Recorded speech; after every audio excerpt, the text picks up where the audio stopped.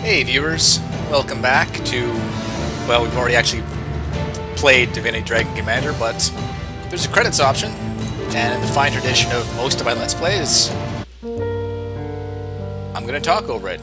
Oh. Well, thank you for making it. I wish you'd given a better ending, though. Man, what to say about this game? Where do I begin? A really interesting mashup of genres. I mean, the card thing, it could be anything inside a card, so I'm not going to put any emphasis on, oh, it's a card battling game. It's really not. The RTS mode, honestly, I probably would have done better in the game if I'd paid more attention to it and relied less on just flipping out and turning into a dragon with a jetpack. But also, flipping out and turning into a dragon with a jetpack. So, there's that, which is definitely what drew me to the game in the first place. The AI, I'd say, is pretty challenging. They will definitely... I don't know if they're challenging so much as merciless. They really don't stop. They're always on the attack, whether it's the RTS map. You might have noticed they'll just keep sending like 1 or 2 units, even if you beat them all the way back to their base, still trying to capture stuff. Or in the second act, when I got caught up inside my own little island, I just kept launching attack after attack after attack on my main base. With that in mind, unfortunately, if you put together enough units, as I did at the end of Act 2 and through all of Act 3, it basically makes the RTS component of the game pretty well useless. And I'm fairly certain if I went back and played this game again, even on, say, hard mode, the very first thing I would do would be to get Devastators, upgrade them, and then just build Devastators, and I'm pretty sure I would have a much easier time of playing through beginning to end than I did the first time around here. The main draw, as most people have told me, wasn't the battling or the RTS, but actually the plot and all the political decisions. And that alone, for me at least, would add replayability. I didn't end up taking any of what turned out to be a bunch of super cards.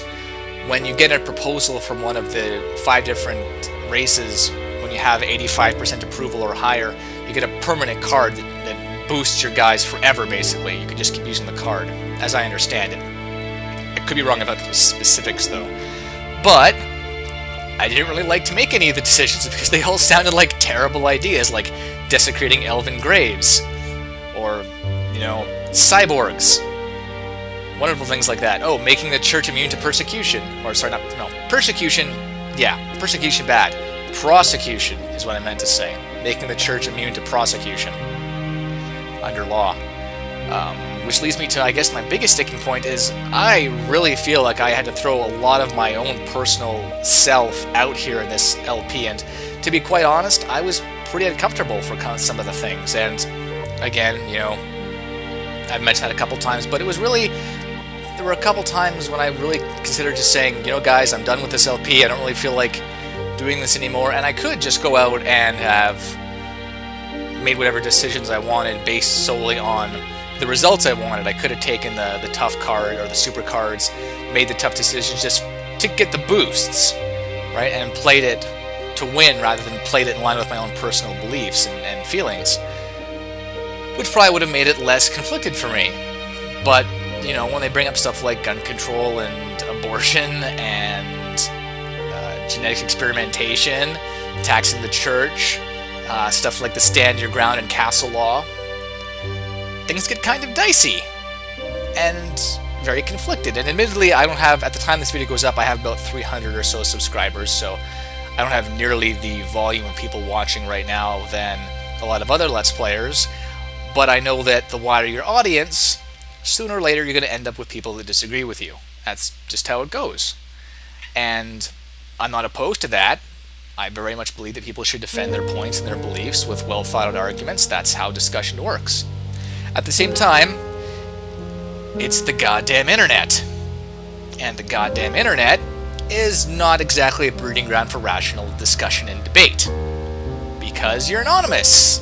There's no actual repercussion for, you know, being bold with how you choose to present your personal opinions. I really wish I would have kickstarted this, actually. I missed a couple ones, but I get the feeling we're drawing to the close, so thank you for watching. As of this point, there wasn't any really angry or vicious discussion on any of my decisions, and, you know, again, it's a fictional game, so no harm, no foul, but a lot of my choices, if not most of them, were based on my personal beliefs, and, you know, feel free to comment if you would like, but, you know, feel free to comment constructively with your own opinions and reasons for those opinions. I recommend the game. I wouldn't give it like a 10 out of 10 or anything, because there's definitely some issues with it, and you can certainly work around them and, you know, exploit the game by using the Devastator rush, not really rush, but the Devastator build up and dispense and destroy technique that I used. But I would, again, good replayability, lots of choices, lots of decisions to make, lots of tough decisions to make, especially if you're going from your gut and from your heart and your thoughts instead of from what gives you the best benefit to beat the game. And freaking Dragon Jetpack, people. Dragon Jetpack, so much fun. A little frustrating, because the enemies, they can wipe you out. You are not a one-man army, even with the buffs. You have to fight a little creatively, but I enjoyed it. I'm glad I could play it, and I'm glad I could share it, and I hope you were entertained. So, once more, thank you for watching, and hopefully we'll see you on the next Let's Play. See you then, viewers. Oh, voice acting. Not too bad, actually. Not too bad at all. Yeah. Now we'll see you on the next Let's Play. See you then.